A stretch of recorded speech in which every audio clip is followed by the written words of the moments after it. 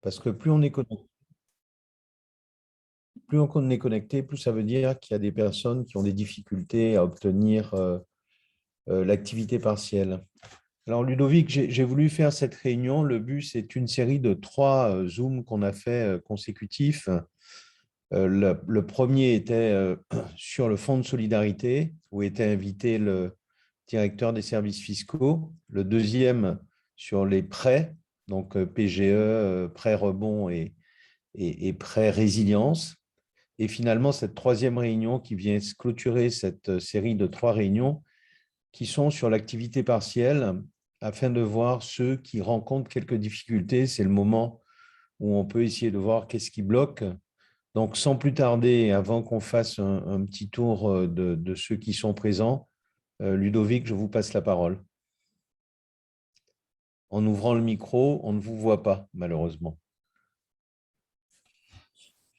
Oui, bonjour Président, bonjour à tous. Malheureusement, j'ai comme souvent un petit message qui me dit que ma connexion est instable. Donc, je pense que je vais couper assez rapidement la vidéo, de manière à ce que vous gardiez, j'espère, un bon son. Je ne sais pas si vous m'entendez bien. Oui, si vous pouvez me C'est dire très si le net, son… Ludovic. C'est Ah vraiment ben, très parfait pour l'instant. tant mieux, parce que ce matin, ce n'était pas le cas, c'est très bien. Bon. Donc, je pense que je couperai d'ici quelques minutes la caméra, ce qui n'est pas trop grave, de manière à garantir une stabilité du son. Donc, en tout cas, merci pour cette initiative. C'est toujours important et vous le savez, on se prête dans mon équipe autant que l'on peut à des questions-réponses et des explications sur l'évolution des dispositifs. L'activité partielle évolue quasiment tous les mois. Donc, c'est assez complexe pour les entreprises à suivre. Ça l'est aussi pour nous. En plus, évidemment, avec le confinement qui a été décidé en pleine période estivale, on a eu un regain très, très important, j'y reviendrai tout à l'heure, de demandes. Et donc, je comprends qu'aujourd'hui, et en plus, avec les évolutions que l'on va encore connaître dans les semaines qui viennent, il y ait des interrogations et j'espère que j'arriverai à y répondre. Et en tout cas, si je ne sais pas répondre à tout, l'objectif, ce sera que je les note et qu'on facilite et qu'on fluidifie notre mode de fonctionnement. Si j'entendais ce soir qu'il y a des difficultés sur certains dossiers ou des questions qui restent sans réponse. On essaye d'être le plus réactif possible. Au mois d'août, ça a été très compliqué avec les congés d'une part, et les collègues en avaient besoin, et d'autre part, encore une fois, l'afflux phénoménal qu'on a eu à nouveau. Mais j'espère que là, on est à nouveau capable de faire face. Voilà, en tout cas, je suis très satisfait de votre initiative et encore une fois, n'hésitez surtout pas à nous solliciter sur les différents sujets qui sont de notre champ de compétences. On sera toujours présent pour pouvoir accompagner les entreprises sur la bonne compréhension des dispositifs. Merci, Ludovic. J'invite les participants qui le souhaitent à ouvrir leur caméra. Je dis toujours, c'est plus sympathique d'avoir des visages que des noms. J'invite ceux qui n'ont pas mis leur nom de le faire avec le nom, prénom et nom. Vous pouvez toujours renommer. C'est plus sympathique aussi pour celui qui vous répond. Ludovic, si vous voulez bien, peut-être avant qu'on ouvre la parole, donner quelques chiffres, c'est toujours intéressant à savoir, c'est-à-dire en gros le nombre d'entreprises qui ont bénéficié, le volume décaissé, si vous avez ça, même si ce n'est pas à jour J, mais juste pour donner quelques éléments que chacun puisse apprécier le niveau de l'engagement de l'État. Tout à fait, c'était le point par lequel je souhaitais commencer, parce que c'est toujours utile de comprendre ce qui se passe. Et donc, depuis le début, c'est-à-dire depuis l'année dernière, depuis avril 2020, il y a quand même plus de 12 000 entreprises, plus de 12 300 entreprises qui ont été bénéficiaires de l'activité partielle, en tout cas qui ont eu le droit, qui ont eu une autorisation, parce que toutes ne l'ont pas mobilisé, et tant mieux, certaines l'avaient sollicité par précaution et n'ont pas eu à le mettre en œuvre, et tant mieux. Donc, c'est assez conséquent, 12 300 entreprises sur la Guadeloupe et les îles du Nord. Au 23 septembre, ça représentait donc plus de 10 000 entreprises uniquement pour la Guadeloupe, 70 000 salariés concernés, 57 000 pour la Guadeloupe et potentiellement 27 millions d'heures. Donc, on voit comment c'est conséquent. Alors, au niveau de la réalisation, c'est-à-dire des demandes d'annulation qui ont été prises en charge, on en est déjà à 127 millions d'euros pour la Guadeloupe, pour 41 000 salariés. Donc, c'est là aussi particulièrement conséquent. On voit 41 000 salariés indemnisés par rapport à 57 000 qui ont été autorisés. Ça veut dire qu'il y a grosso modo 16 000 salariés pour lesquels il n'y a pas eu de demande. Mais 127 millions pour 41 000 salariés, c'est quelque chose évidemment totalement inédit. Il y a un effort exceptionnel qui a été réalisé et qui malheureusement ne s'arrête pas encore. Alors, ça avait fortement baissé au mois de juin. Le mois de juin, en fait, était le mois de fin d'autorisation, puisque la majorité des autorisations s'arrêtaient à fin juin. Donc, entre juin et juillet, on avait une forte baisse. On était même tombé à peu près 300 entreprises qui restaient dans le flot des entreprises autorisées au-delà du mois de juillet. Et dès le mois d'août, c'est remonté. Et aujourd'hui, on est à plus de 2000 demandes. On en a déjà signé 1270. Et donc, ça veut dire qu'on en a à peu près 500 qui sont en cours de signature, qui ont déjà été validés. Et les autres, les 400 autres, ce sont des demandes qui sont invalidées. Et ça, j'y reviendrai tout à l'heure. Invalidées parce qu'il manque des éléments d'information, parce qu'il y a des erreurs, etc. Donc, aujourd'hui, voilà, de 300 au mois tout début juillet, on est remonté à plus de 2000. Donc, évidemment, c'est à nouveau conséquent, même si on n'est plus aux 10 000 de l'année dernière. 2000 par rapport à la population d'entreprises touchées, ça veut dire que ça a été l'activité partielle reste l'un des recours majeurs des entreprises pour ne pas licencier et pour ne pas se retrouver au tribunal et en cessation de paiement. Des entreprises qui ont des salariés, bien sûr. L'activité partielle ne s'applique qu'aux 20% d'entreprises de Guadeloupe qui ont des salariés, puisque 80% n'en ont pas, mais ça laisse une population énorme, quoi qu'il en soit. Donc voilà, on a encore à peu près 600 dossiers qui sont en cours d'instruction. Donc vous voyez, c'est conséquent. Il y a 3 personnes qui sont consacrées à 100% à ce sujet chez moi. Donc ça leur fait énormément de travail quotidien. Même si là, ça a un petit peu baissé ces temps-ci, et tant mieux, ça nous permet de résorber, mais ça reste conséquent. Une dernière statistique intéressante, c'est par secteur. Il y a 5 secteurs qui représentent à peu près 80% des demandes et il n'y a rien qui ne vous étonnera dans les chiffres que je vais vous donner. Hébergement et restauration en tête avec 26%, commerce, réparation d'automobiles et motocycles 23%, activités de services administratifs et autres 12%, les transports 10% et l'industrie manufacturière 7%. Voilà, c'est 80% sur ces 5 secteurs. Voilà un petit peu des chiffres très synthétiques que je voulais donner. Dernière donnée, les autorisations restent très, très majoritairement, quasi uniquement sur l'activité partielle de droit commun. Je reviendrai tout à l'heure sur l'activité partielle de longue durée, qui est pour moi, compte tenu des changements déjà opérés et qui vont encore s'accélérer, une solution qui reste indispensable pour les entreprises qui n'ont pas de visibilité sur le moyen terme. Aujourd'hui, on a, je pense, moins de 30 autorisation sur l'activité partielle de longue durée, donc c'est très peu. On doit avoir une 50aine de demandes, 30 qui ont été autorisées. Donc ça reste très faible par rapport au nombre d'entreprises que l'on considère légitimes à le demander, compte tenu que l'activité partielle de longue durée, l'intérêt, c'est que ça s'applique au-delà des 2 fois 3 mois, sur lesquels je reviendrai tout à l'heure, d'autorisation auxquelles dorénavant une entreprise a droit sur 12 ans, sur 12 mois glissants, sur une année. Voilà pour les statistiques et des éléments très synthétiques de présentation avant de rentrer sur les modalités. Merci. Au-delà de ces chiffres, je pense que ce qui est intéressant pour chacune des personnes qui participent, c'est de savoir qui veut prendre la parole, qui rencontre des difficultés, quel type de difficultés. Donc, la parole est à vous. Vas-y, si tu veux bien. Oui. Ouvre ton micro. Moi, je n'ai pas eu de problème d'obtenir mon chômage partiel. La seule chose que je dis, c'est que, bon, apparemment, ils ont baissé le taux de 40% de prise en charge par l'entreprise à 30%. Non, excuse-moi. Avant, ils prenaient en charge 70%. Aujourd'hui, c'est 60%. Depuis, je crois que c'est le fin août, au coin août. Donc, est-ce que c'est réellement, puisqu'on a fait une réclamation, on n'a pas eu de réponse. De plus, bon, je peux m'estimer heureux que j'ai eu le chômage partiel, mais malheureusement, le montant aide, mais ne comble pas toutes les charges qu'on a. Parce que moi, j'ai 6 employés sur sur 2 sociétés, j'ai 6, plus les loyers, ça couvre à peine les salaires et les charges, juste le loyer, mais rien pour les charges externes et rien pour le dirigeant ou les dirigeants. Donc, on se retrouve encore, nous, de côté et les mal-aimés. C'est tout ce que j'avais à dire.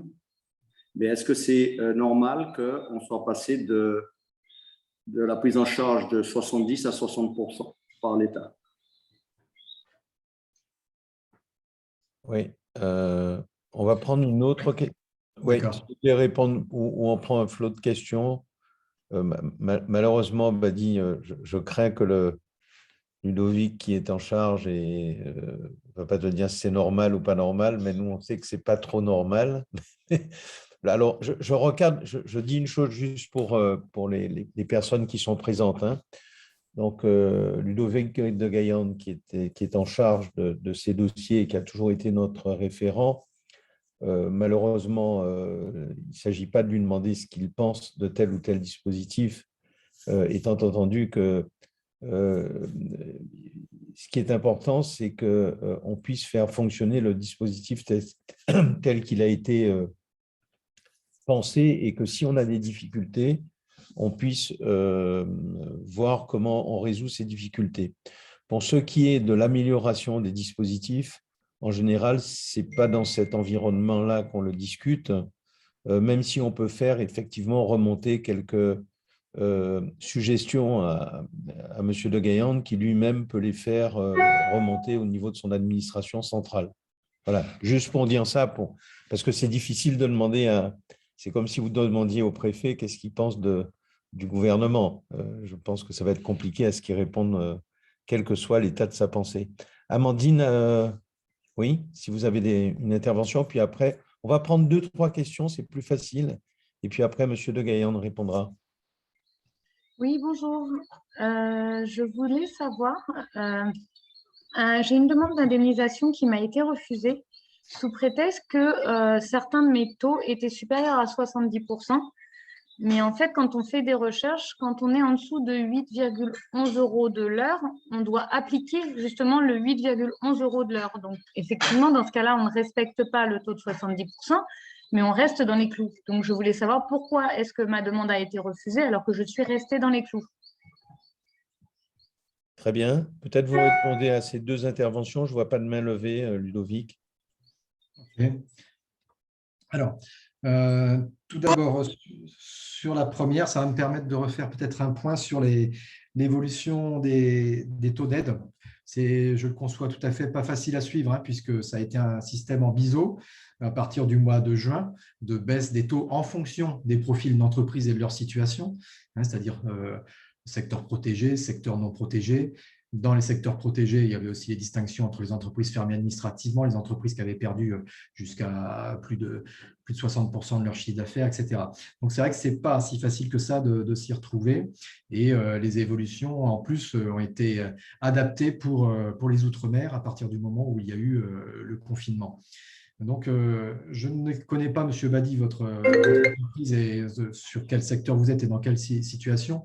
Mais effectivement, à partir du mois d'août, il y a eu, enfin même avant, il y a déjà eu des changements dès le mois de juillet, et à partir du mois d'août, des baisses. Et donc, pour les secteurs protégés, on est déjà descendu dès le mois de juillet à 60% pour ceux qui n'étaient pas dans une situation de fermeture administrative ou qui n'avaient pas perdu 80% au moins de leur chiffre d'affaires. Donc, on voit que c'était un petit peu compliqué. Donc, oui, on est passé de 70 à 60%, soit 52% à partir du mois d'août. Et ce qui était prévu, c'était de tomber à 36% à partir du mois de septembre. 36% en plus à partir du mois de novembre étant la règle pour toutes les entreprises, quels que soient les cas de figure. Après, je ne vais peut-être pas rentrer dans le détail ce soir de tout. Je vous renverrai tous les tableaux mis à jour de manière à ce que ce soit partagé. Et là, la Chambre vous renverra tous les éléments, puisqu'il y a les entreprises qui restent les plus protégées, qui aujourd'hui sont encore à 70%, c'est-à-dire 100% de prise en charge, hein, puisque 70%, c'est ce que l'entreprise doit payer à son salarié en termes de rémunération, enfin d'indemnisation. Donc, quand on dit 70%, c'est zéro, je reste à charge. Les seuls qui restent encore aujourd'hui dans ce cas de figure, ce sont les entreprises qui sont fermées administrativement. Donc, il y en a encore un grand nombre, hein, puisque le choix du préfet du week-end précédent, pas le dernier, du week-end précédent, c'était de dire les entreprises de la liste des commerces non essentiels, enfin de la partie restauration, etc., restent fermées administrativement, sauf demande express avec passe sanitaire et mesures barrières. Donc, les entreprises fermées administrativement restent à 70%. Les entreprises des secteurs protégés avec une baisse de 80% de leur chiffre d'affaires aussi. Et aujourd'hui, tous les secteurs, qui soient non protégés ou secteurs protégés, qui présentent une baisse de 60% de leur chiffre d'affaires compte tenu du contexte territorial de confinement, eux aussi bénéficient des 70%. En revanche, toutes les autres entreprises sont passées au mois d'août à 36%. Dès le mois d'août, et donc ça va continuer septembre, octobre et novembre. À partir de novembre, toutes les entreprises seront à 36%. 36% par rapport à une indemnisation du salarié qui va baisser à 60%. Hein, donc, dans la mesure où la baisse pour le salarié est à 60%, 36%, ça donne un reste à charge. Si on fait le 36% par rapport à 60% payé aux salariés, ça donne un reste à charge de 40% pour l'entreprise. Donc, ça devient conséquent. Hein. On était à 60%, on était à peu près à 15% de reste à charge quand on était à un taux de 70% pour le salarié. Quand on est passé à 52% pour un taux de 60% pour le salarié, ce qui s'est passé le mois précédent, ça faisait encore un reste à charge dans les 15%. Maintenant, on va passer à 40% pour les entreprises qui seront à 36%. Donc, c'est vrai que ça va être assez conséquent. Donc, en fonction de votre cas de figure, il est normal ou pas, mais je ne connais pas votre cas de figure, que mes collègues vous aient dit ce n'est pas 70%, c'est 60%. Si vous n'êtes pas entreprise fermée administrativement ou si vous n'avez pas perdu 60% de votre chiffre d'affaires. Donc, voilà, je ne vous entends pas, hein, donc je ne sais pas quel est votre cas de figure, mais c'est possible que ce soit… On a été fermé administrativement. Excusez-moi, on a été fermé administrativement depuis le août. Et je suis dans le cas de figure de fermeture administrative. Alors, si votre demande d'août a été baissée à 60%, dans ce cas-là, ce n'est pas normal. C'est une erreur. Si en revanche, c'était pour le mois de juillet, là, effectivement, le mois de juillet, on était plutôt dans le cas de figure de secteur protégé à 60%. Et non pas à 70% compte tenu du confinement. Non, on a été c'est 70. Je n'étais pas fermé en juillet. Oui. Donc, écoutez, moi, je vous incite à m'envoyer un message. Je regarderai avec les collègues, hein, parce que c'est des erreurs, hein, ce n'est pas impossible. Hein. Ils se font entre 50 et 100 dossiers par jour.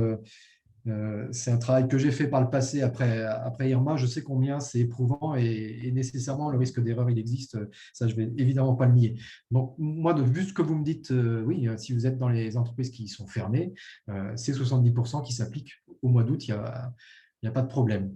Par rapport à ce que me disait M. Vialcollet, il a raison. Je ne vais pas me permettre de commenter des mesures, des décisions nationales. En revanche, oui, je suis en contact permanent avec le ministère. Je me bagarre depuis un mois pour expliquer quelle est notre situation et quel est l'impact sur les entreprises de ce qui va se passer pour la suite. Et notamment, je ne vous cache pas, parce que là, on est en train de parler de l'existant, c'est-à-dire on est encore avec un couvre-feu, on est encore avec des décisions administratives de fermeture. On va, j'espère, bientôt en sortir. En tout cas, les chiffres sont encourageants, donc je ne sais pas ce que décidera le préfet. Hein. Je ne suis pas dans son environnement immédiat pour savoir ce qui va se décider. Mais en tout cas, si, comme on l'espère, on sort de cette situation, ça veut dire qu'en revanche, l'activité partielle, elle va être appliquée pour tout le monde avec du 36%. Et sauf alors, les seuls cas où on reste à 70%, hein, c'est les gardes d'enfants quand une entreprise a des salariés qui justifient que l'école est fermée, par exemple, et qui ne peuvent pas faire de télétravail et dont le conjoint travaille. Ça, la garde d'enfants, ça reste à 70%, donc zéro charge pour l'entreprise. Une précision d'ailleurs, pendant que je parle de ça, parce que j'ai des salariés qui m'ont dit j'ai été obligé de me mettre en congé sans solde parce que mon employeur n'a pas voulu faire l'activité partielle pour garde d'enfants. C'est une obligation, ce n'est pas un choix de l'entreprise. Si le salarié démontre qu'il a le justificatif comme quoi l'école est fermée, ou même en demi-jauge, parce qu'on sait qu'il y a encore des écoles, des classes en demi-jauge, et qu'il ne peut pas télétravailler, puisque son métier ne s'y prête pas, il est dans le bâtiment, dans la restauration, etc., et que troisièmement, le conjoint ne peut pas non plus garder les enfants, il a tous les justificatifs qui permettent de faire de l'activité partielle, prise à 100% par l'État, et l'entreprise ne peut pas refuser. Donc, il y en a certains qui m'ont dit « je vais me mettre un congé sans solde ». C'est très embêtant parce que je pense que c'est une méconnaissance et non pas une volonté de nuire aux salariés, mais en attendant, c'est un vrai problème. Donc ça fait partie des rares cas, les personnes vulnérables et puis les personnes en garde d'enfants. Sinon, tout le monde sera à 36% à partir du 1er novembre. Donc, on voit que l'échéance du 15 octobre qui arrive, avec un pass sanitaire qui devra s'appliquer, dont on sait qu'il ne sera pas facile parce que, compte tenu de notre niveau de vaccination, si en plus le test devient payant, c'est autant de clients que, par exemple, les restaurateurs vont perdre, on le sait très bien. Donc, c'est ça, plus 40% de reste à charge si on fait de l'activité partielle, si tant est qu'on puisse en faire. C'est un étau qui devient très, très contraignant. Donc ça, moi, j'en ai déjà parlé au ministère, ça fait partie des sujets qui sont en arbitrage. Je leur donne systématiquement des exemples. Moi, c'est les échanges avec les entreprises qui me permettent d'argumenter auprès du ministère systématiquement. Et je le fais toutes les semaines. Je l'ai encore fait vendredi. Ils m'ont répondu, c'est à l'arbitrage. On a compris ce que tu nous as dit, etc. Donc, c'est très intéressant de continuer à échanger, quoi qu'il en soit. Ce n'est pas ce que j'en pense, c'est après ce que je vais défendre, moi ou mes collègues. Et après, c'est audible ou ce n'est pas audible, c'est possible ou ce n'est pas possible. Ça, c'est autre chose. Il y a toujours en plus une inquiétude que ça fasse, que ce que l'on décide pour un territoire soit utilisé pour d'autres, et ça peut être quelquefois effectivement très compliqué de prendre certaines décisions. Donc moi, je ne suis pas là pour juger, je suis là pour défendre quand je pense qu'il y a des vrais risques pour l'emploi sur notre territoire et que notre contexte est différent de ce qu'on connaît ailleurs, et c'est ça qu'on n'arrête pas de défendre en règle générale. Sur le taux de 70% avec un plancher appliqué au niveau du SMIC, là, effectivement, le principe, c'est la rémunération mensuelle minimale. Celle-là, on n'y déroge pas. Il y a un SMIC qui est environ à 8,11 €. Vous avez vu que le SMIC va être valorisé, donc le revenu minimal va lui aussi être valorisé. On attend que les textes soient sortis, mais les projets sont dans le pipe. Mais là, c'est purement mécanique. On relève le SMIC, donc on relève les revenus minimaux de l'activité partielle. Donc oui, à partir du moment où on va appliquer un revenu minimum, nécessairement, on va se retrouver avec un taux qui va être supérieur. Donc là, ce n'est normalement pas une erreur de l'entreprise. Je peux pas, en tout cas, vu la manière dont vous me l'expliquez, je pense qu'effectivement, il y a lieu de pouvoir corriger ça et de demander, en expliquant bien que c'est l'application du revenu minimum qui fait dépasser les 70%. Je ne peux pas vous en dire plus. Mais normalement, le revenu minimum, quand on l'applique, on n'est même pas à 70%, on est à 100% de la rémunération du salarié. Peut-être que vous pouvez m'expliquer un peu plus précisément ce que vous avez évoqué tout à l'heure. C'est peut-être moi qui l'ai mal compris. Mais en tout cas, oui, le revenu minimum, le revenu plancher, implique un taux supérieur à 70%. Alors, en fait, on est dans le cadre d'une entreprise fermée administrativement, donc avec un taux d'indemnisation à 70%. On a des salariés pour lesquels, quand on applique le taux donc, de 70%, on arrive à un taux horaire inférieur à 8,11. Donc, nous, quand on a fait le bulletin de paye et quand on a rempli la fiche d'indemnisation, on a bien mis le taux de 8,11. Et on a eu un retour donc, de la plateforme activité partielle. Enfin, on n'a même pas eu de retour. C'est quand on est allé vérifier pourquoi on n'avait pas de retour qu'on a vu qu'il y avait un message disant attention, vérifiez le taux de 70%. Donc, voilà. D'accord. Vous avez bien précisé dans votre message que vous avez déplafonné pour pouvoir respecter le revenu minimum? Alors, je vous avoue que je ne sais pas où est-ce qu'on peut préciser ça. Votre dossier a été invalidé? Non, pour le moment, il est en attente de correction. Ah, d'accord. Mais s'il est en attente de correction, il est invalidé normalement.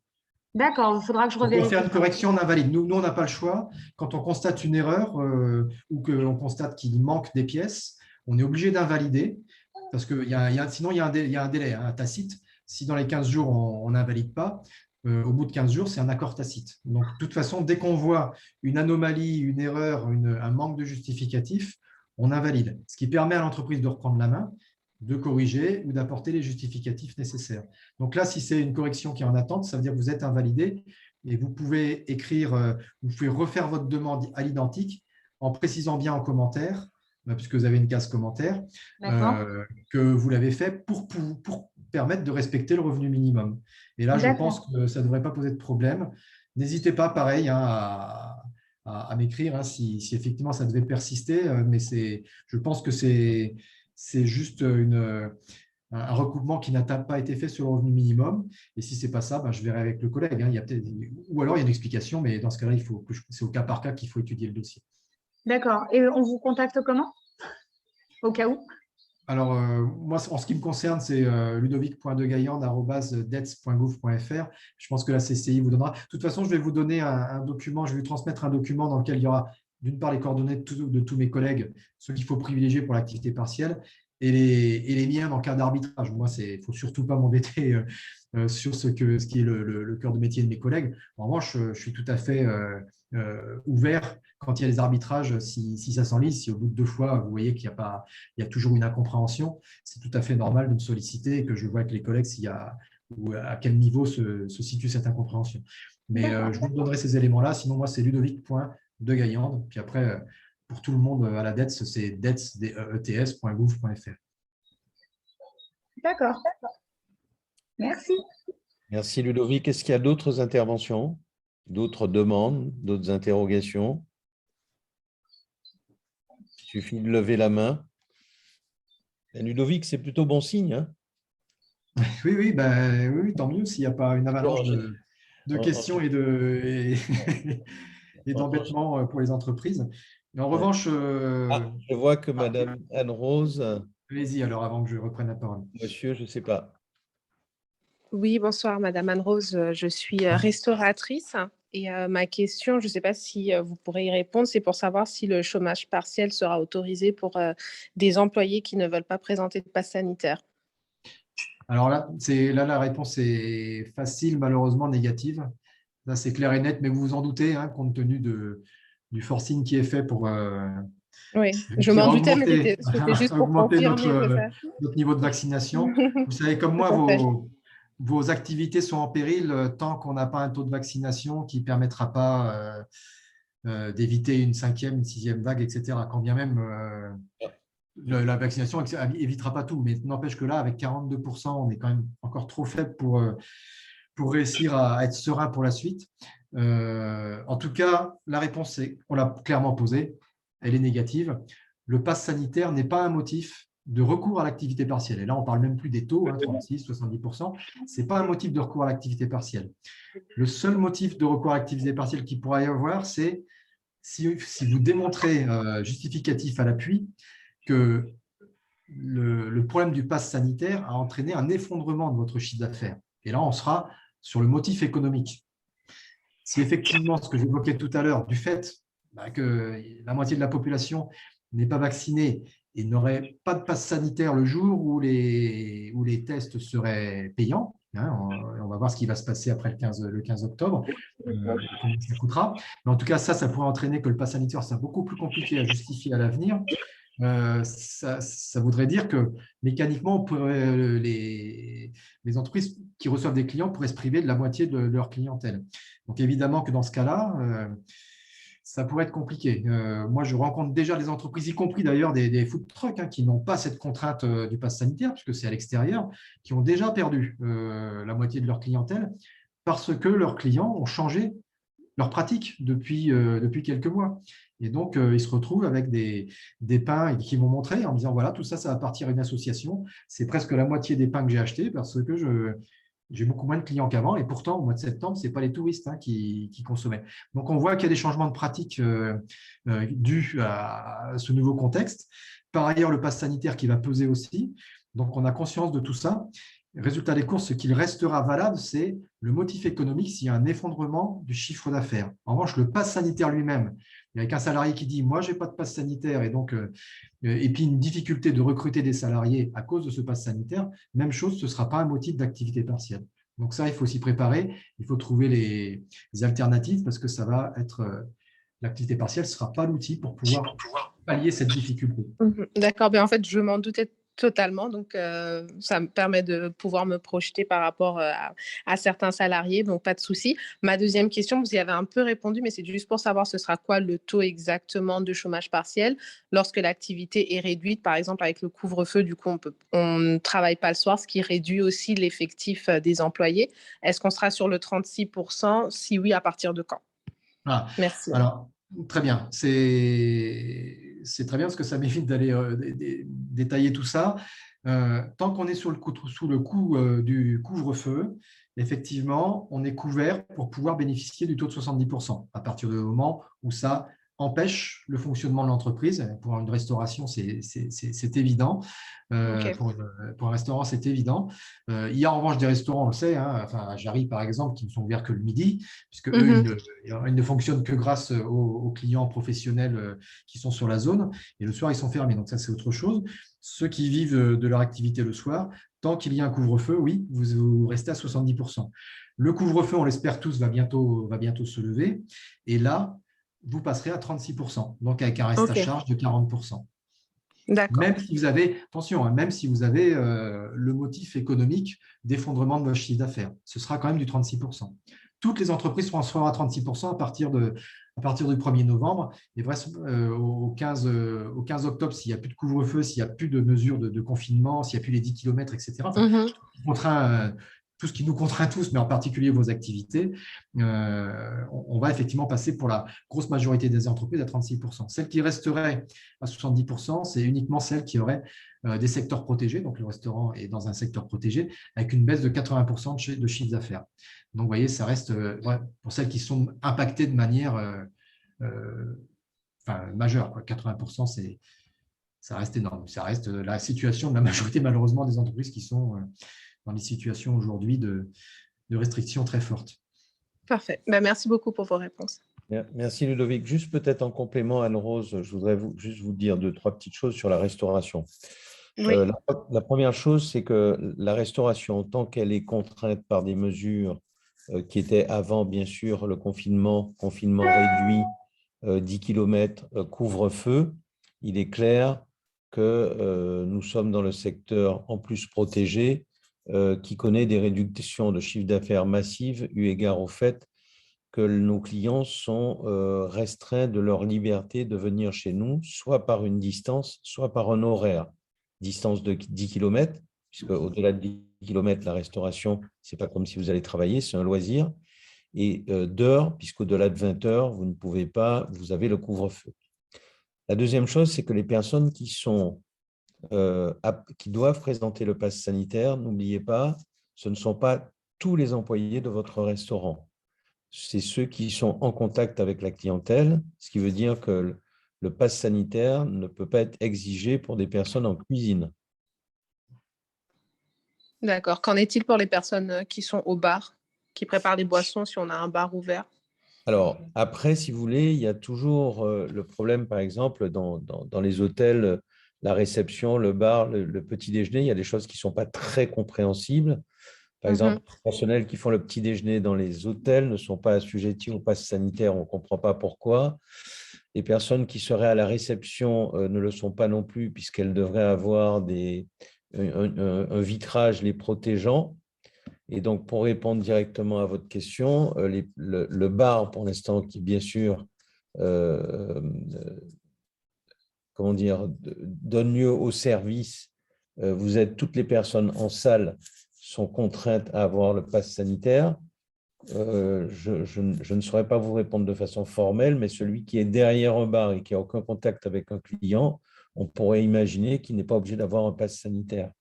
Ceci étant, je crois que la plus grande difficulté pour nous, restaurateurs, puisque vous savez que j'en suis un, va être le faible taux de vaccination avec finalement l'application du pass sanitaire au premier client qui, du coup, d'un coup d'un seul, a réduit notre clientèle de plus de la moitié.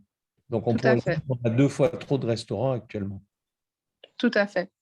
Et ça, tant qu'on sera dans cette situation, on a un souci, quel que soit on a un souci des deux côtés, quoi. C'est-à-dire qu'on a un souci d'un côté de notre personnel où probablement on aura du mal à avoir suffisamment de personnel, mais on a un deuxième souci de l'autre côté qui sera du fait qu'on n'aura pas suffisamment de clients et en plus la clientèle touristique. Aujourd'hui, compte tenu du fait qu'il y a des restrictions, même si le mois de septembre n'est pas un mois important, on ne sent pas que les réservations s'excitent, si je peux être direct avec le tourisme. Octobre, c'est pas bon. Novembre, c'est pas terrible.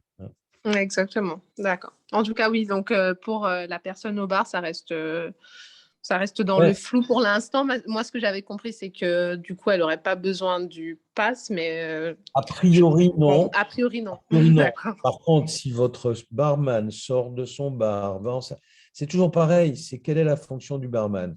Si on a un cuisinier qui va en salle, ce qui arrive pour faire un flambage, si on a un personnel de bar qui sort de son bar et qui va en salle, il doit avoir le pass sanitaire. D'accord. En gros, je pense qu'à terme, nos employés gagneraient à avoir le pass sanitaire, tout simplement. On est tout à fait d'accord. C'est-à-dire la vaccination. Vous connaissez tous ma position là-dessus, je l'assume, même si elle n'est pas très populaire. Oui, bonjour, excusez-moi. J'aurais une question concernant la période autorisée sur l'activité partielle. L'histoire des 3 mois renouvelables dans la limite de 6 mois sur la période de référence de 12 mois. Est-ce qu'on peut nous en dire plus?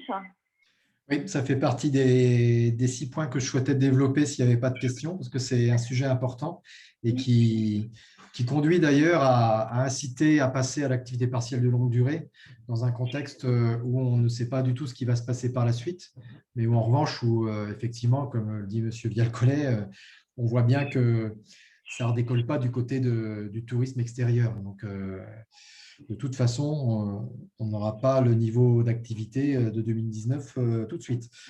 Donc, effectivement, le changement à partir du 1er juillet, il est important. C'est que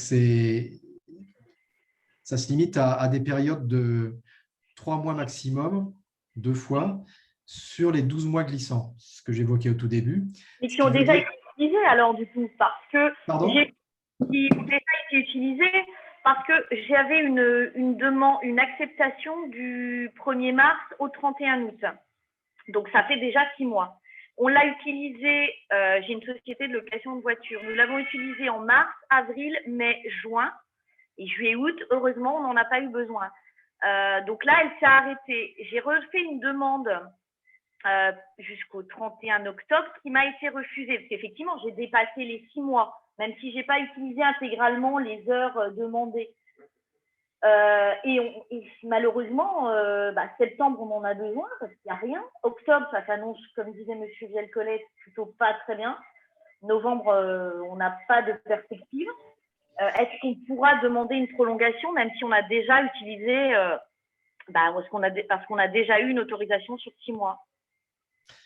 C'est tout le problème. Moi, c'est ce que j'ai demandé au ministère qui m'avait répondu que ce qui comptait, c'était l'autorisation et non pas l'utilisation par les indemnisations.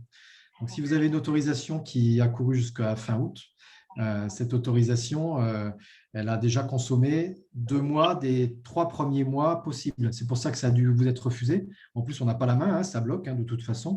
Ça a dû vous être refusé parce que la demande, elle ne pouvait être faite que jusqu'à fin septembre pour faire une adaptation par rapport aux 2 premiers mois de juillet-août. Ça pouvait aller que jusqu'à septembre pour ensuite refaire une nouvelle demande de 3 mois maximum. Et derrière, ça court jusqu'à fin juin 2022. Donc, ça veut dire qu'il y a intérêt à ce qu'en 2022, au premier semestre, il y ait une activité satisfaisante pour pouvoir éviter le recours à l'activité partielle. Donc, il faut vraiment le faire avec parcimonie. À partir du moment là où vous avez déjà utilisé ces 2 mois, quand bien même vous n'avez pas sollicité l'indemnisation, il vous reste 4 mois à répartir sur l'année 2022. Donc, il vaut mieux éviter de faire des demandes de 3 mois par les temps qui courent et plutôt faire des demandes qui sont progressives de manière à pouvoir adapter aux mois les plus intéressants les demandes. C'est pour ça que je vais revenir après sur l'activité partielle de longue durée. Mais l'activité partielle de longue durée, elle évite cet écueil-là. D'abord, elle vous permettra d'avoir des taux d'aide plus importants, puisque même à partir du 1er novembre, l'activité partielle de longue durée permet de garder un taux d'aide à 60%. Pour l'entreprise. Donc là, ça reste quand même particulièrement intéressant. Et 70% pour le salarié. Donc le salarié, lui, ça ne change rien. Et l'entreprise, elle a 60% au lieu de 36%. Et en revanche, il n'y a pas cette difficulté du nombre de mois. La seule contrainte, alors évidemment, il y a certaines obligations en termes de formation, etc. Mais ça, c'est vu le nombre de jours et de mois dans lesquels le salarié ne travaille pas, la formation ne peut être qu'un intérêt partagé, tant pour le salarié que pour l'entreprise. Surtout qu'on prend en charge ça de manière massive avec les OPCO, côté État. Mais l'intérêt principal, c'est qu'on peut aller jusqu'à une période de 2 ans, voire 3 ans. Et derrière, il faut lisser sur une année avec un maximum de 50%. C'est 40% et on peut déroger, nous, à 50%. Et on l'a déjà fait de déroger à 50% pour des structures qui sont très dépendantes du tourisme. Donc, je pense qu'on continuera à être à 50% pour le secteur du tourisme. Et le 50%, c'est une moyenne sur la durée de l'accord.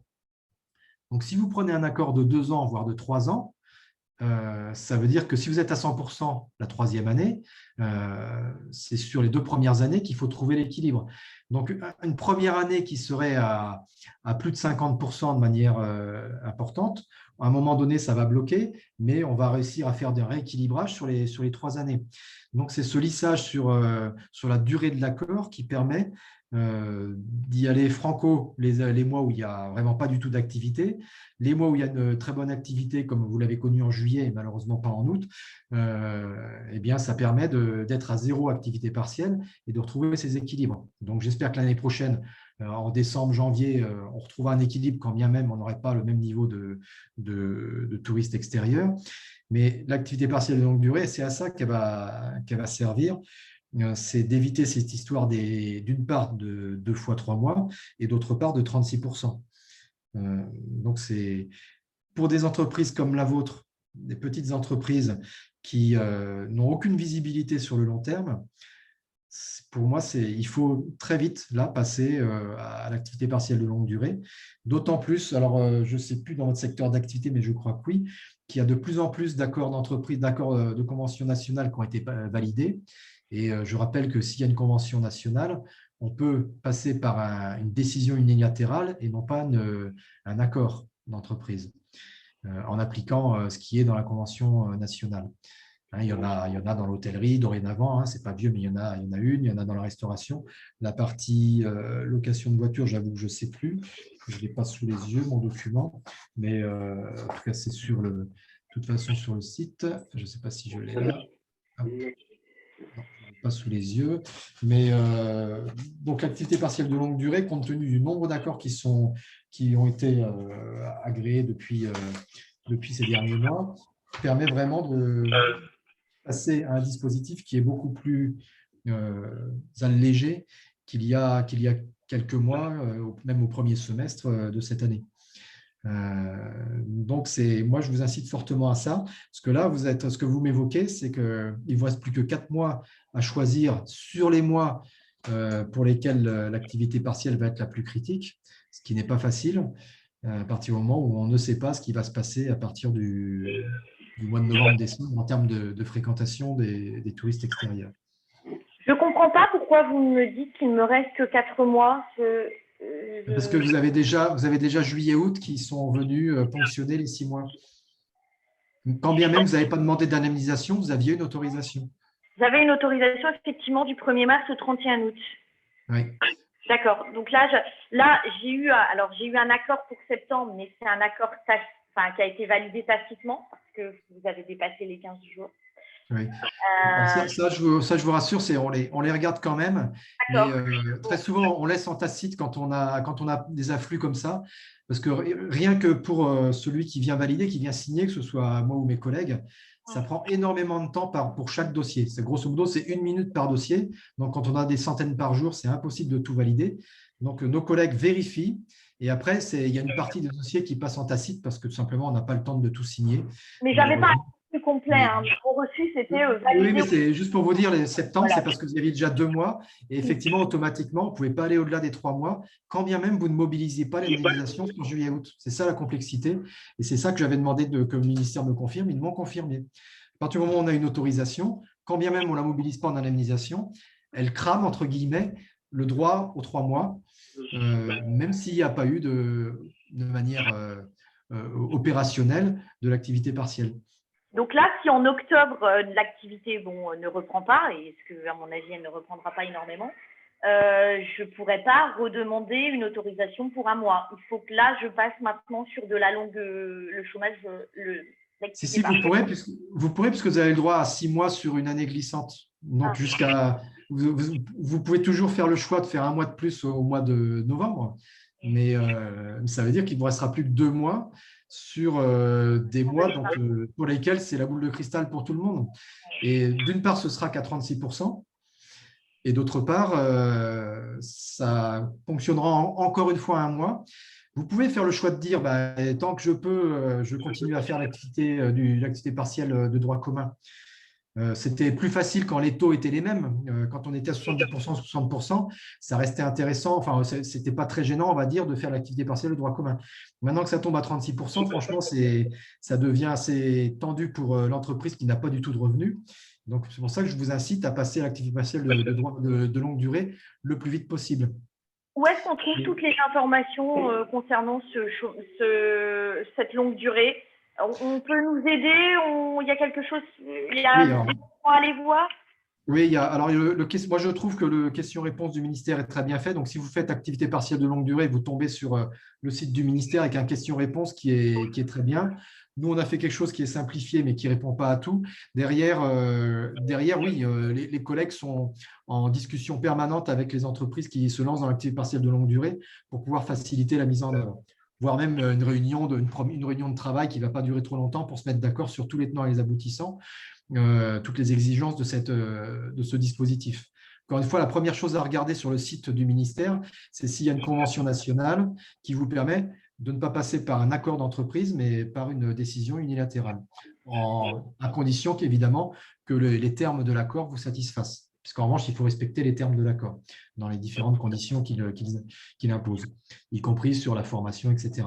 Mais donc, moi, je trouve que en tout cas, le question-réponse est bien parce qu'il est vraiment sous forme de questions très pragmatiques et pour lesquelles, quand je le relis, moi, je n'ai pas de difficulté de lecture. Maintenant, derrière, évidemment que si vous en avez, on est là pour ça. Oui. D'accord. Et au niveau de 80%, comment vous faites le calcul? Il correspond à quoi ces 80% de perte de chiffre d'affaires? Ça correspond au mois sur lequel on demande l'indemnité ou c'est sur une période bien donnée, bien définie? Oui, vous avez le choix de faire les mois correspondants de l'année 2019 ou 2020, mais enfin 2020, ce n'est pas trop la peine, donc 2019. Ou moyenner sur l'année 2019 d'autant plus quand on a des activités très saisonnières. Voilà. Mais c'est 2019 l'année de référence. D'accord, comme le fonds de solidarité, c'est le même calcul. Oui, on retrouve les mêmes logiques, oui, de ce côté-là. Donc pour l'indemnité de septembre, je compare mon CA septembre 2021 à mon CA de septembre 2019.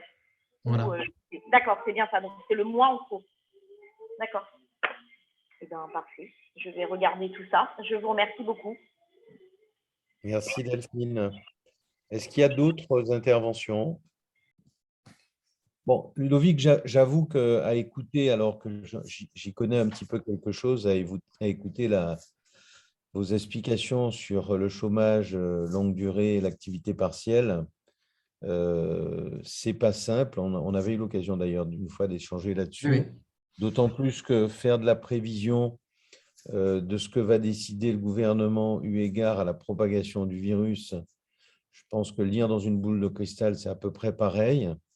On nous parle de 5e vague dont on ne sait absolument pas si elle va avoir lieu. Certains le pensent que oui, la date est très incertaine, le niveau de freinage de notre activité l'est encore plus. Donc, c'est extrêmement compliqué.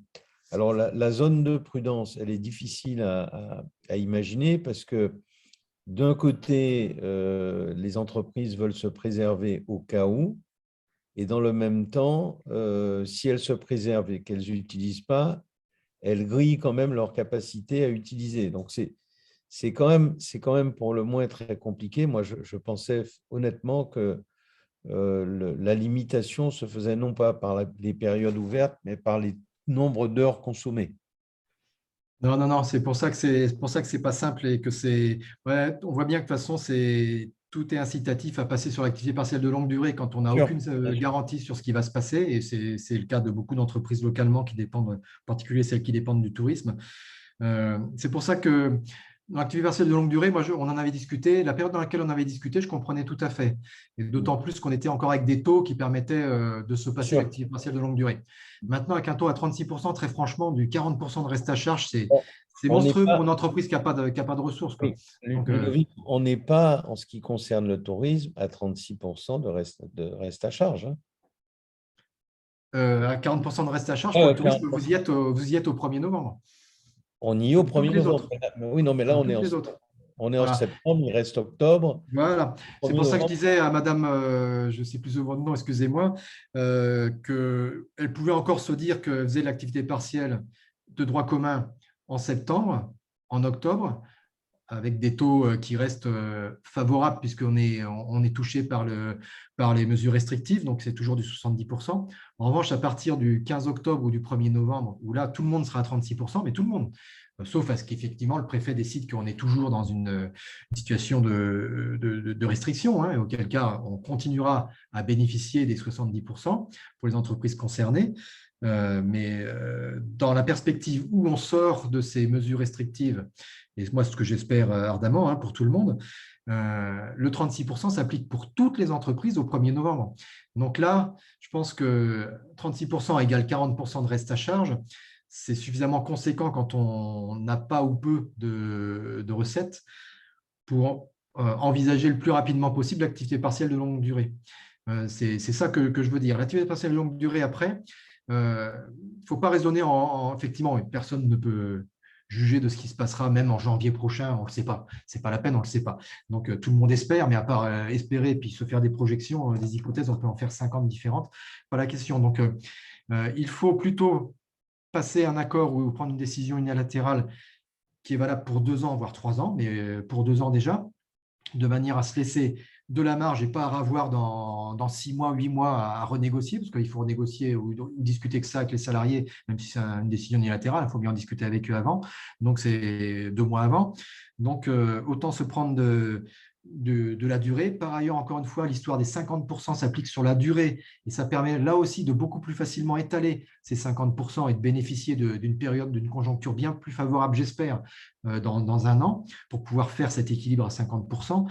Et moi, ce que je dis aux entreprises que je rencontre quand elles ont cette difficulté de dire mais vous me demandez mes perspectives économiques et de faire des tableaux, je ne les connais pas, je leur propose de raisonner à l'inverse.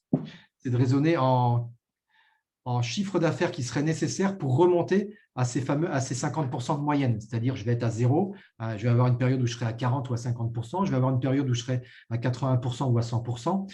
Qu'est-ce qu'il me faut comme chiffre d'affaires pour être à 80% ou à 100% de salariés en activité?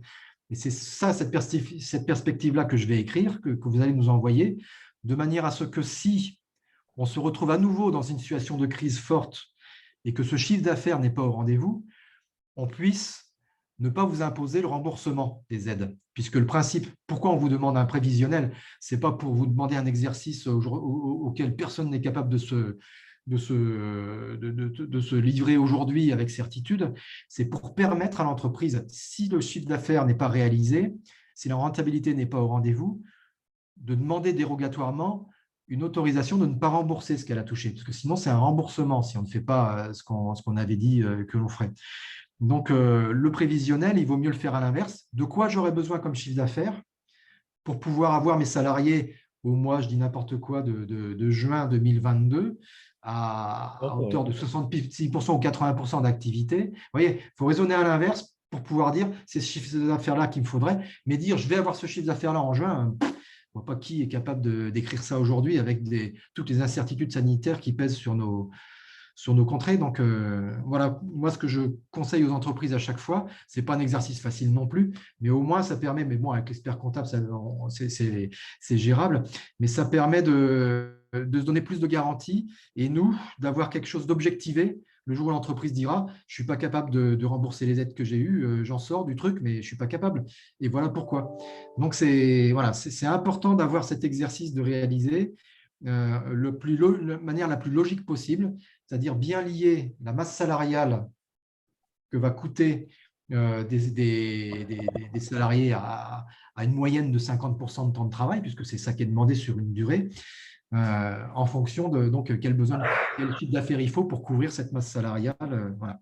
Mais oui, il y a cet exercice-là.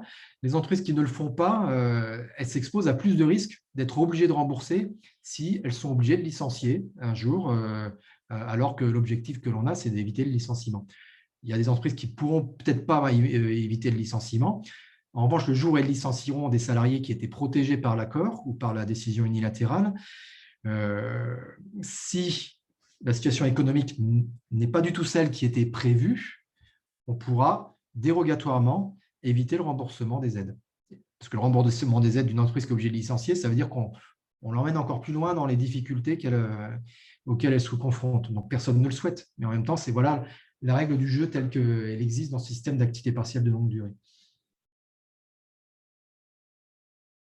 J'espère que oui, je suis d'accord que l'activité partielle de droit commun, elle incite à aller faire autre chose. À 36%, c'est plus très incitatif. Et puis surtout, c'est 6 mois sur 12 mois. Donc, sans pouvoir se projeter sur les meilleurs mois en question, c'est vrai que c'est très, très difficile. Non, mais à l'origine, M. De Gaillarde, c'était un système qui devait pallier à une crise qui ne devait pas s'installer dans la durée. Voilà. Oui. Bon, on voit bien que ce dispositif, il a ses limites aussi. Mais le problème pour les entreprises, c'est que une entreprise aujourd'hui, un chef d'entreprise, il est habitué à un certain rouage économique de son entreprise. Mais là, on lui demande de faire des choses administrativement parlant qui ne sont pas habituelles. Alors, les grandes entreprises qui ont un service relations RH très pointu arrivent à faire ça. Les autres, c'est assez compliqué et je comprends leur désarroi. C'est-à-dire qu'ils se demandent exactement comment ils vont se sortir de ça et ils en ont vraiment besoin. Parce qu'à un moment donné, qu'est-ce qui se passe? C'est difficile de prévoir, mais quand on n'a pas l'activité nécessaire, la seule chose qu'on sait, c'est qu'on n'a pas la recette pour payer les salaires. C'est pour ça qu'on est à disposition pour accompagner les entreprises. On a recruté une personne pour les entreprises en difficulté pour travailler sur ce type de sujet, c'est-à-dire quelle perspective et est-ce que les outils sont adaptés ou pas en fonction des perspectives telles qu'elles se présentent. Qu'on a aussi mis en place un dispositif de conseil en ressources humaines qui est pris en charge en totalité par l'État et les OPCO. Et moi, j'incite les entreprises à y avoir recours, en particulier les entreprises qui sont dans des phases où elles doivent se projeter dans l'avenir et où ça, c'est un peu plus compliqué. On a un dispositif de conseil en ressources humaines qui ne sont pas du tout saturés. Les derniers chiffres que j'ai regardés, on n'est pas à 20% de consommation sur 2021. On a mis, je crois, plus d'1 million là-dessus. On est à 200 000 € de consommation. Donc, on a encore une forte capacité d'accompagner les entreprises par la mise à disposition d'experts en RH pour pouvoir les aider sur ce type de questionnement ou d'autres. En tout cas, tous les questionnements RH. Donc ça, c'est vraiment important parce que encore une fois, c'est de l'argent qui dort pour l'instant et qui dormira pas plus. Comment on mobilise ça, M. Le Gaillarde? C'est-à-dire concrètement L'OPCO. On a mobilisé tous les OPCO. C'est l'OPCO qui est la porte d'entrée et c'est à lui de faciliter. On a fait en sorte que les dossiers soient simples. Donc, les dossiers ne sont pas durs à monter, en revanche. Et derrière, la complexité, elle va être la discussion avec l'expert en RH, à qui on va remettre la difficulté entre les mains pour essayer de faciliter tout ce travail qui n'est pas le propre, effectivement, on le sait, d'un chef d'entreprise. De se confronter à tout ce que je viens d'évoquer ou plein d'autres sujets RH, c'est effectivement une TPE, ce n'est pas son sujet habituel, donc j'en suis bien conscient. Donc là, on a deux dispositifs qui sont loin d'être saturés. C'est le conseil en ressources humaines, la prestation de conseil en ressources humaines, porte d'entrée OPCO, et l'autre, c'est la formation. La formation, c'est pareil, ce n'est pas saturé. On a un budget qui est encore largement ouvert pour cette fin d'année. Donc, les entreprises qui ont leurs salariés qui sont en inactivité, allez vite voir l'OPCO pour identifier les formations qui pourraient être proposées. Tout est intéressant en termes de montée en compétences et pas simplement les compétences techniques du salarié. Ça peut être le montée en compétences sur des savoirs de base, sur de l'anglais si vous espérez avoir bientôt des clients anglophones, etc. Mais sur toute une série de sujets et surtout pas nécessairement liés à la compétence technique du salarié, parce que ça a été beaucoup mis en œuvre, je pense, l'année dernière, et donc cette année, il y a beaucoup moins de demandes. Mais là, c'est pareil, le FNE Formation, on a encore beaucoup de disponibilité au niveau des entreprises qui sont en difficulté, qui sollicitent l'activité partielle ou qui sont en besoin de restructuration. Donc voilà les deux dispositifs sur lesquels il y a moyen de faire des choses pour les entreprises qui ne savent pas faire elles-mêmes. Concernant, je vois qu'il y a pas mal de personnes de la CCI qui sont connectées.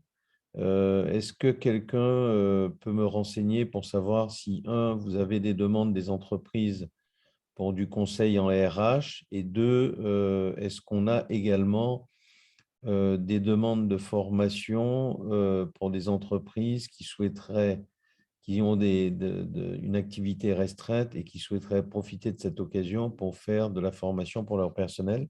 Qui de la CCI peut me répondre en levant la main ou en ouvrant son micro? Oui, parce que j'ai vu que vous avez un dispositif de diagnostic RH qui peut être intéressant en amont justement de ce que j'évoque. Oui, bonsoir Président, bonsoir Ludovic, bonsoir tout le monde. Bonsoir. Oui, la CCI a un outil, donc je verrai avec Madame Edmond donc pour voir comment donc, on peut le déployer avec l'appui aux entreprises. Mais je crois donc, ce que parle Ludovic, c'est vraiment les OPCO qui doivent le faire avec les experts en RH. Par contre, je pense qu'il faudrait absolument que nous, on puisse le relayer en termes de communication parce que 200 000 euros sur 1 million, c'est vrai que ça paraît peu, d'autant plus qu'on sait qu'il y a beaucoup de petites TPE qui ne sont pas structurées en RH. Donc, je vais voir avec les services Ludovic, mais je pense que ce serait bien que nous, on puisse relayer la com sur nos réseaux parce que ça me paraît peu. Et alors que la crise nécessite énormément d'accompagnement RH auprès des TPE. Mais le constat, c'est ça, c'est que c'est très, très mal connu. Les OPCO n'ont pas une force de frappe pour aller sur le terrain. Non. Vous en avez une et vous avez moyen, par les différents sujets que vous abordez, il faut toujours vendre, entre guillemets, cette prestation qui est, à mon goût, très intéressante et cette sous-utilisation est dommageable parce que on n'aura pas, l'année prochaine, ce sera plus gratuit ce truc-là. Dans le meilleur des cas, ce sera 50% de pris en charge, mais là aujourd'hui, on est à une prise en charge quasi totale en fonction des OPCO. Donc il faut vraiment, à mon avis, y aller. Surtout qu'ils l'ont assoupli le ministère, mais au maximum. Une entreprise peut solliciter une journée. Avant, il fallait que ce soit 5, 6 jours, 10 jours. C'est un petit peu lourd pour une petite entreprise. Là, une journée de besoin d'expertise RH peut être prise en charge. Et puis derrière, si c'est plus qu'une journée, s'il en faut 3 de plus, l'entreprise peut retourner pour dire j'ai compris à quoi ça sert, ça m'intéresse, l'expert m'a vraiment convaincu d'eux, je voudrais le solliciter pour un autre sujet, c'est possible. Donc, vous voyez, c'est très souple et je pense que ça, il y a moyen de faire des choses intéressantes pour les entreprises et en particulier les TPE. J'ai vraiment ce sentiment que les entreprises ne sont pas au courant de ces dispositifs. Et je vais avouer devant tout l'auditoire que même moi, je ne suis pas au courant. Alors, il y a très peu de communication des OPCO sur ça, Ludovic. Je pense que les OPCO ont été très préoccupés par la gestion du coût contrat et on a vu un peu que les entreprises ont beaucoup difficulté sur l'apprentissage, mais je pense que c'est un dispositif qu'on peut relayer largement parce qu'on a un réseau de com qui fonctionne très bien. Donc, dès demain, je vais voir avec le service communication, l'appui et aussi la formation, comment on peut bâtir une campagne de com parce que je pense que c'est hyper important en ce moment, notamment avec les problèmes de Covid, parce qu'il y a beaucoup de petites entreprises qui ne sont pas structurées en matière RH. Donc, alors, on va vraiment lancer une grosse campagne de com dessus. Nous, on a fait beaucoup de webinaires. C'est vrai que les webinaires, ça n'attire pas nécessairement énormément de monde à chaque fois. En revanche, à peu près tous les mois. Là, je ne l'ai pas fait je l'ai pas fait au mois d'août, mais je devais le faire au mois de septembre. Et comme il y a eu plein de changements, je vais les intégrer et les envoyer cette semaine. Mais à peu près tous les mois ou tous les 2 mois, je vous envoie un document synthétique. Ouais. Ce document, il reprend ces éléments-là. Volontairement, on a fait un document qui tient en moins de 20 pages. Parce que sinon, on pourrait faire 50 pages sur les aides économiques, il y a de quoi faire. Mais on a fait un document qui tient en moins de 20 pages, dans laquelle il y a une page sur la PCRH, la prestation de conseil en ressources humaines, une sur la formation, évidemment, sur l'activité partielle, sur le fonds de solidarité, etc. Donc, il y a toute une série de sujets qui sont abordés. Mais je ne sais pas si ce document se diffuse bien ou s'il est bien lu, ça c'est sûr. C'est ça la difficulté. Là, ça a ses limites, la diffusion de messages et de documents. Mais en tout cas, nous, les webinaires, on en fait régulièrement. On envoie cette mise à jour de ce document, vraiment, je pense, tous les mois ou tous les 2 mois. Donc, j'incite tout le monde à le transférer. Ce qu'il faut, c'est faire l'effet réseau au maximum. Quand vous recevez ça, entre une entreprise, même dans son coin, reçoit ça, il faut qu'elle l'envoie à ses confrères pour pouvoir faire un effet boule de neige de cette information. Je voulais quand même apporter quelques informations supplémentaires parce que je vois que dans les invalidations que l'on fait, il y a beaucoup de sujets qui sont par justement méconnaissance des derniers changements sur le dispositif d'activité partielle. Donc, rappeler quelques points importants. Tout d'abord, la première chose, c'est que dorénavant, c'est de plus en plus strict sur les 30 jours de rétroactivité. Donc, ça existe encore, 30 jours, mais c'est... sauf difficultés très, très spécifiques, problèmes informatiques qu'on nous justifie, etc. C'est bien 30 jours. Donc, ça veut dire que pour une demande au 1er septembre, il n'y a plus beaucoup de jours il n'y a plus que 3 jours pour pouvoir faire sa demande et bénéficier rétroactivement de l'activité partielle au 1er septembre. Donc là, vraiment faire attention à ça, la notion des 30 jours. Les demandes d'indemnisation, c'est 6 mois pour faire les demandes. Ce qui veut dire que les demandes d'indemnisation de l'année dernière, elles sont toutes tombées obsolètes aujourd'hui, depuis le 1er juillet. Donc, faire attention à ça. Pour les demandes actuelles ou celles de l'année 2021, faire très attention à faire la demande dans les 6 mois qui suivent la fin de l'activité partielle. En revanche, ce n'est pas 6 mois, tous les 6 mois glissants. C'est une activité partielle qui se terminait au 30 juin. Il y a jusqu'au 31 décembre pour pouvoir faire la demande. Donc, faire attention à ça, les 6 mois après la fin de période. Donc, encore une fois, on a pour les entreprises, voilà, ça ne concerne pas les TPE et je ne suis pas sûr qu'il y en ait beaucoup autour de ce webinaire aujourd'hui. Mais pour les entreprises de plus de 50 salariés, pour mémoire, il y a des obligations au niveau du CSE. Donc, bien ne pas oublier toutes ces obligations et de nous envoyer les justificatifs, y compris pour les renouvellements. Quand on fait un renouvellement de demande d'activité partielle, il faut aussi passer par le CSE. Donc, ne pas oublier ces obligations-là. Et nous, les principaux motifs d'invalidation, on les a évoqués tout à l'heure. Alors, peut-être qu'il y en a qui sont des erreurs. C'est effectivement les taux de 70%. On a souvent des taux qui sont demandés à 70%, alors que les entreprises ne sont pas concernées par ces 70%. Et ça va être de plus en plus maintenant, comme je l'ai évoqué. Ce sont aussi des heures, un nombre d'heures qui est mal calculé. Bon, ça, c'est un grand classique, mais ça, c'est souvent des erreurs d'inattention plus que de difficultés dans les calculs. Et principalement aujourd'hui, pour les entreprises qui ne sont pas fermées administrativement, les justificatifs. Encore une fois, le motif économique, il faut dûment le justifier par des justificatifs qui permettent de bien objectiver une situation où on a perdu un gros montant de chiffre d'affaires et donc une rentabilité qui n'existe plus, et donc avec un risque de cessation de paiement si on continue à rester ouvert normalement, à payer les salaires.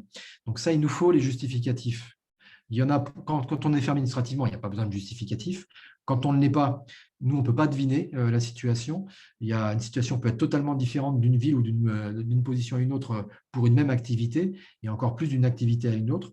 Donc, c'est une obligation. De toute façon, dorénavant, le ministère est intransigeant là-dessus pour que, si l'on veut faire des autorisations, et en particulier ce que j'évoquais tout à l'heure pour le pass sanitaire, quand on va tomber dans cette période de pass sanitaire, non pas pour les salariés qui n'ont pas le pass sanitaire, mais pour les clients tout simplement qui vont être foulés. On entendait 2 jours après la réouverture des salles de musculation. une interview le soir, je regardais, le dirigeant, il disait, ben voilà, moi, j'ai refoulé les 2 tiers de ma clientèle qui n'avait pas le pass sanitaire. Là, je comprends tout à fait que ça risquerait, si ça restait comme ça, dans un mois, de ne plus lui permettre de rester ouvert s'il n'a qu'un tiers de sa clientèle, sauf à faire de l'activité partielle.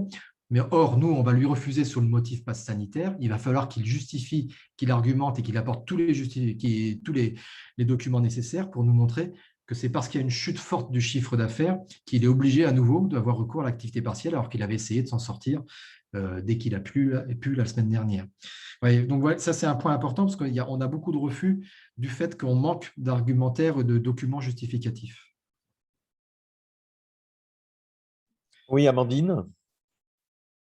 Oui, je voulais savoir justement en parlant des justificatifs, est-ce qu'il y a des justificatifs dans tous les cas à joindre automatiquement pour accélérer un petit peu les réponses aux demandes d'indemnisation? Alors non, quand c'est une fermeture administrative, il n'y a aucun justificatif à fournir. Avant qu'il y ait les fermetures administratives et quand on était dans un contexte par exemple, de motifs impérieux pour les touristes, il n'y avait pas de fermeture pour les entreprises à une époque du tourisme.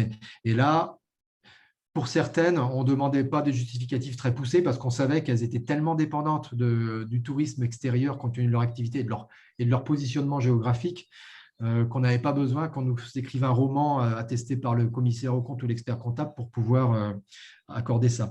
À partir du mois de novembre, ça va être plus compliqué. Donc, on va être vraiment dans pas un systématisme, mais quasi, de demande de justificatifs valables. Donc, il ne faut pas juste nous envoyer un tableau Excel qui compare 2019 à 2021. Ça ne marchera pas. Oui. Je ne pense pas qu'on parle des mêmes justificatifs, en fait.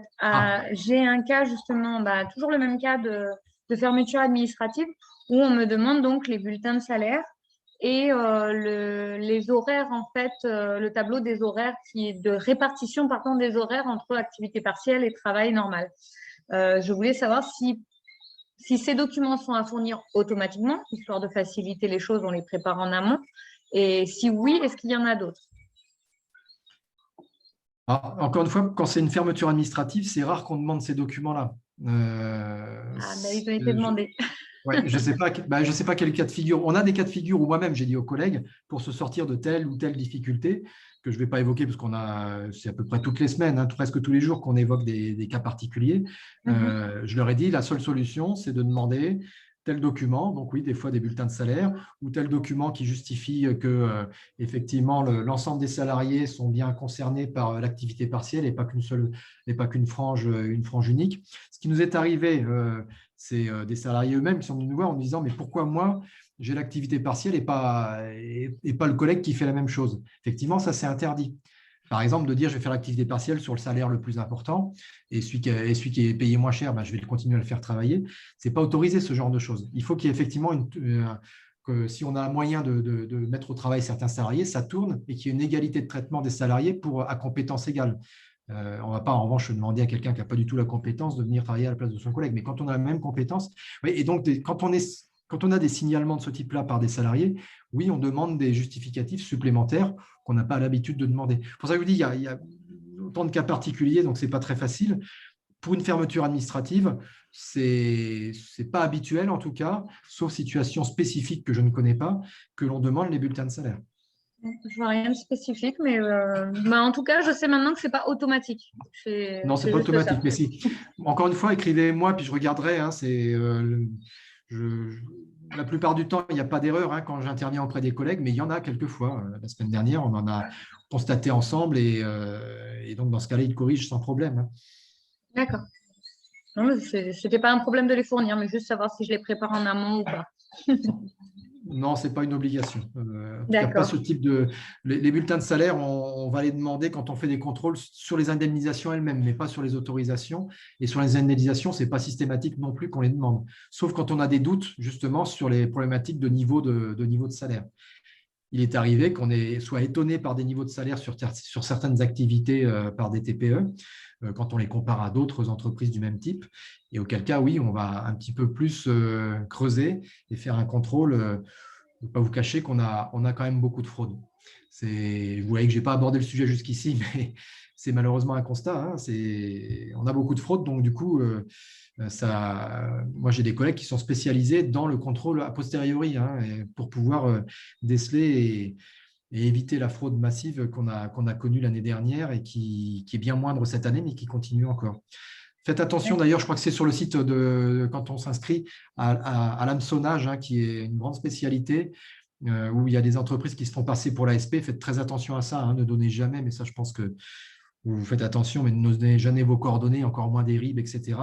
On a beaucoup de fraude aussi de ce type-là. Alors, le pire, c'est quand on en a sur des entreprises dormantes, mais ça, vous ne le saurez pas parce que vous n'êtes pas dormant, puisque vous êtes autour du webinaire. Mais il y a des entreprises qui réussissent à se procurer les coordonnées d'entreprises dormantes et qui arrivent à passer au travers des filtres. Et derrière, on en a heureusement décelé certaines.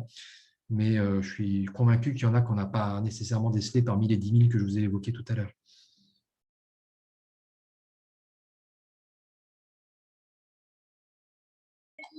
Merci pour votre réponse.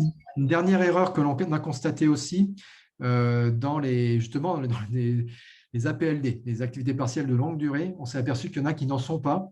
C'est-à-dire qu'il y a des entreprises qui se sont dit je vais demander 6 mois en pensant que c'était l'activité partielle normale. Donc, pour eux, 6 mois, c'est la longue durée. Ils ont monté un dossier d'activité partielle de longue durée. Et après, quand on leur demande les justificatifs et tout, on s'aperçoit que ce n'est pas du tout ce qu'ils voulaient. Et ils sont simplement trompés. Et c'est de l'activité partielle de droit commun qu'ils voulaient faire, sauf que maintenant, ils ne peuvent plus 6 mois en un bloc. Hein, ils sont obligés de faire par période de 3 mois.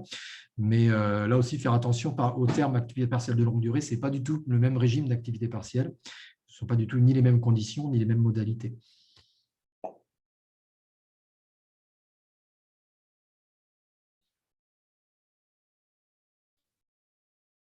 Après, je ne sais pas du tout si c'est l'objet. En plus, si je vois qu'il est 8h moins le quart, tout le monde ne va peut-être pas être intéressé par certains sujets très spécifiques, mais il y a des particularités. Si autour de vous, ça fait partie des questionnements que vous avez, je les prends, sinon je ne développe pas.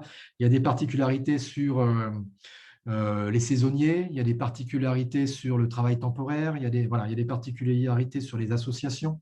Donc, en fonction des cas de figure dans lesquels vous êtes, il y a des questions que l'on peut creuser. Peut-être qu'il faudra mieux les relayer par mail plutôt que les développer maintenant et que ça n'intéresse qu'une personne sur la quinzaine, sur la vingtaine qui sont présents. Ça, c'est à vous de juger. Mais voilà, moi, j'ai des éléments que je m'étais notés au cas où j'avais des questions spécifiques, notamment sur les saisonniers qui sont en situation très particulière dans le domaine du tourisme ou dans le domaine de la culture, hein, puisque là aussi, ça a été très impacté avec des situations de prise en charge assez spécifiques. Mais si ce n'est pas le cas dans le tour de table, là, ce n'est pas la peine que je les développe plus que ça. Je vais ouvrir mon micro. Juste peut-être pour dire, je vois qu'il y a certaines personnes dans le chat qui disent on devrait inviter, par exemple, Vincent Bordelin dit il faut inviter les TPE et PME par l'intermédiaire de la CCI. Juste pour vous donner une idée hein, des fois du faible intérêt ou du fait que les personnes viennent ou pas, par exemple, lorsqu'on a fait les fonds de solidarité, on était à peu près 110 connectés. Les prêts, on était, je crois, à peu près 60 ou 70, et là, on est 22. Monsieur Baboulal, combien de personnes ou une personne de la CCI peut-il nous indiquer ce soir combien de personnes vous avez invitées via les emails, à peu près hein? Je vais répondre. Donc, Voilà. c'est toujours le même nombre. 10 000 personnes de notre fichier. Après, il y a un relais sur les réseaux sociaux. Donc, ça passe sur nos comptes réseaux sociaux et sur WhatsApp également. Non, je veux simplement dire ça parce qu'en réalité, aujourd'hui, il faut aussi que les entreprises marquent un intérêt. On a 10 000 personnes invitées en sachant qu'on précise les sujets. On évite de les faire tous en même temps parce qu'on ne veut pas que les personnes qui ne seraient pas intéressées soient obligées d'assister à un sujet. Et bon, on a 10 000 personnes, il y a 22 participants. Donc, à un moment donné, pour moi, ceux qui participent, ce sont ceux qui ont besoin de savoir. Je pars du principe que les autres n'ont pas d'intérêt. Et quand je dis 10 000 emails, en plus, on relaie sur les réseaux sociaux, sur notre site Internet, etc. Donc, franchement, pour moi, les personnes sont au courant. Oui, oui. Moi, ce que je constate en tout cas, c'est que, hormis le mois d'août, hein, qui a été pour nous très, très difficile compte tenu qu'on avait la moitié de l'effectif, il y a un système d'adresses génériques qui marche bien. On a des questions régulières auxquelles on arrive, quand on est tous ensemble en poste, à répondre à peu près à l'ensemble, pas toujours, mais à peu près. Donc, peut-être aussi qu'il y a moins de demandes parce qu'on a plus de facilité à répondre au quotidien aux questionnements. Même si je vois bien, moi, il y a des entreprises qui me connaissent personnellement, donc qui m'appellent pour me dire que ça ne va pas, hein, qu'ils sont coincés pour telle et telle chose. Et donc, régulièrement, toutes les semaines, j'ai à intervenir. Et puis, comme je vous dis, la majorité du temps, c'est normal. Le traitement qu'on fait est normal, mais quelquefois, il y a des erreurs. Et c'est vrai qu'avec nos systèmes d'adresse générique, ça ne marche pas trop mal. Il est sollicité très, très régulièrement, hein, tous les jours quasiment. Et on arrive à y faire face dorénavant. Au mois d'août, encore une fois, on a malheureusement accumulé à peu près 202 messages sans réponse qu'on a essayé de récupérer autant qu'on pouvait au fur et à mesure dès la fin du mois d'août. Donc peut-être que ça explique, le moins grand nombre de participants aussi. Mais bon, après. Puis après, ce qui est vrai, c'est que le Fonds de solidarité, très franchement, c'est encore une autre paire de manches, hein, vous le savez. Hein, il change tous les mois d'une manière. Enfin, les modalités sont assez spécifiques. Mais ça marche pas mal. Hein. Ça marche bien. Avec l'activité partielle, c'est le gros outil qui a sauvé un grand nombre d'entreprises, on le sait très bien. C'est 200 millions d'euros. Hein, oui, c'est colossal. Mais après, effectivement, ce n'est pas toujours facile de s'y retrouver. Moi, je vois, on a aussi des questions, pas mal de questions dessus. Hein, bon, on répond à celles qu'on connaît, même si ce n'est pas à nous de faire, mais sinon on réoriente. Mais Vincent, vous vouliez dire quelque chose? Non, pas spécialement. En fait, c'est que tout à l'heure, lorsqu'on parlait des services de stratégie RH, tout cela, toute la stratégie qu'il va falloir mettre en place pour accompagner les entreprises, c'est une très bonne chose. Mais aujourd'hui, si on fait l'inventaire des entreprises qui sont bien au fait de ce sujet, je ne pense pas qu'il y en aurait des masses. Mais ce qu'on va faire, Vincent, on va faire un sujet là-dessus. Voilà, je pense. Pour voir, hein, Aurélie, Omer, on va faire un sujet formation et RH. Pareil, on va voir si ça suscite beaucoup d'intérêt. On va toujours prendre notre base. Hein, c'est quand même 10 000 personnes, 10 000 entreprises, c'est beaucoup. Hein. Il y a 35, alors, on a 35 000 entreprises dans le fichier, dont 10 000 dont on a les adresses e-mail et dont on est à peu près sûr que 9 000 sont les bonnes adresses, parce que des fois, il y a les adresses qui ne marchent plus. Et donc, soit les personnes, ça part en indésirable pour certains, c'est sûr, mais il y en a d'autres qui ne souhaitent pas se connecter à ces Zooms ou pour lesquels on a le directeur des services fiscaux, quand même, c'est-à-dire le premier homme du fisc local. On a eu, pour les prêts, on avait la région. Là, on a M. de Gaillarde. Bon, franchement, pour les entreprises, c'est bien, quoi. Est-ce que c'est possible d'avoir également les replays, justement? Alors, justement, je me permets d'intervenir à ce sujet concernant toutes les visios qui ont eu lieu et les précédentes aussi, parce que au niveau de la Chambre, on s'était mobilisé sur le Fonds de solidarité où il y a encore les motifs impérieux. Vous pouvez les retrouver sur la page YouTube de la CCI. Par ailleurs, si vous nous envoyez votre mail à l'adresse générique indiquée dans les précédentes visios, donc entreprise au singulier coronavirus@guadeloupe.cci.fr, nous vous enverrons le lien du replay dès qu'il sera en ligne. Mais vous pourrez le retrouver rapidement. En général, on fait dans les 24 heures la vidéo du replay sur la page YouTube de la CCI. Nous communiquerons également à tous ceux qui nous envoient leur adresse mail à entreprise-coronavirus@guadeloupe.cci.fr. Nous leur enverrons la fiche qui sera transmise par M. de Gaillarde. Elle sera également rapidement mise en ligne, mais ce sera peut-être plus rapide si nous avons votre adresse mail. Et voilà. Donc oui, les replays sont. Et ça serait super, Aurélie. Et voilà. Et ça serait super si on te voyait, Aurélie. Malheureusement, j'ai comme M. de Gaillarde un problème de connexion. D'accord. Il m'est arrivé de ne pas vous entendre à certains moments, donc je limite au niveau de la bande passante. Oui. Moi, je vais juste mettre pour la fin à nouveau la vidéo. J'invite vraiment tous les participants la prochaine fois d'essayer de mettre leur vidéo. C'est tellement plus sympa pour ceux qui interviennent de voir. Je vois que par exemple, Elodie n'a pas sa vidéo. Au moins ceux de la CCI, merci à Omer pour la vidéo. Je ne sais plus qui d'autre.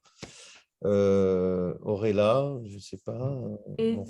Président, dernière chose, donc Monsieur de Gaillan, vous aviez dit que vos services sont ouverts, donc on va récupérer au niveau du guichet unique et retransmettre à ceux que vous nous indiquerez pour éviter qu'il y ait un engorgement au niveau de votre adresse. On va recevoir au niveau du guichet entreprise-coronavirus@guadeloupe.cci.fr. Il n'y a pas de souci. Hein, si j'ai une avalanche, il vaut mieux pas, mais si j'en traite toutes les semaines, il n'y a pas de problème. Et puis avec les collègues, on arrive à fonctionner assez facilement. Donc, j'ai vu que sur votre site, il y a notre document, hein, celui qu'on vous envoie tous les mois. Vous le mettez à jour et c'est très bien. Oui. Mais on sait pertinemment qu'il y a beaucoup d'entreprises qui, avec le foisonnement de documents qu'on met en ligne, n'arrivent pas à retrouver nécessairement facilement les informations. En tout cas, moi, je vous renverrai le document mis à jour puisqu'on l'a encore changé tout récemment. Dedans, il y a toutes les coordonnées des différents collègues en fonction des sujets. C'est vrai que le dernier webinaire qui a bien marché sur les RH qu'on a fait, il a quand même rassemblé une centaine de personnes. Mais une centaine de personnes sur 15 000 entreprises, c'est vrai que ça reste de toute façon limité, hein, soyons clairs. Une centaine de personnes derrière, ça veut dire qu'il y en a 10%, 15%, 20% maximum qui vont exploiter les choses et rebondir et utiliser ce qu'on leur a proposé. Donc, ça reste limité si le chiffre reste à 100, même si c'est un beau chiffre, ça reste limité par rapport à un nombre d'entreprises conséquentes qui continuent à souffrir de la situation et à ne pas exploiter au mieux les dispositifs qui existent. On est bien d'accord. Très bien. Écoutez, Laure, on a passé 1h30 ensemble.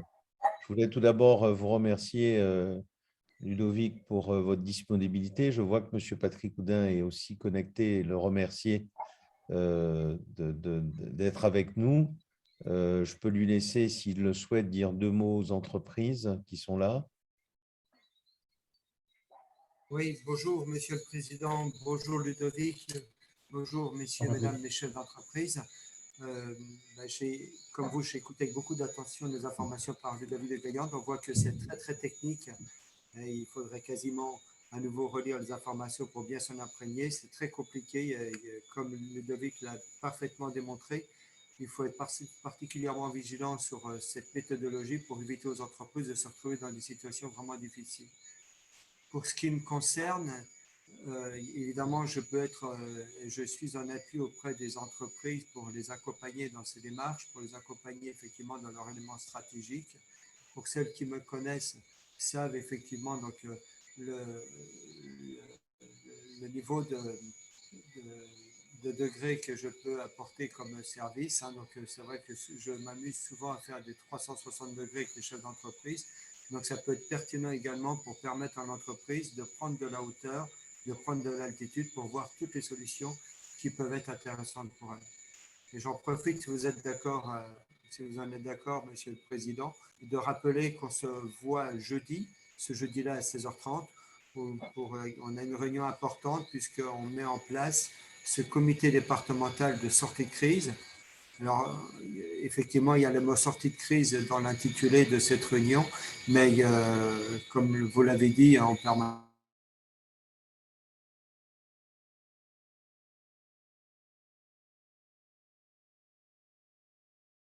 présent, ça c'est certain. Mais en tout cas, donc on se retrouve, Monsieur le Président, jeudi en fin d'après-midi pour échanger effectivement sur le climat des entreprises et voir comment on peut anticiper et comment on peut se préparer pour un avenir pour lequel on reste encore beaucoup d'incertitudes. Merci. J'en insiste avec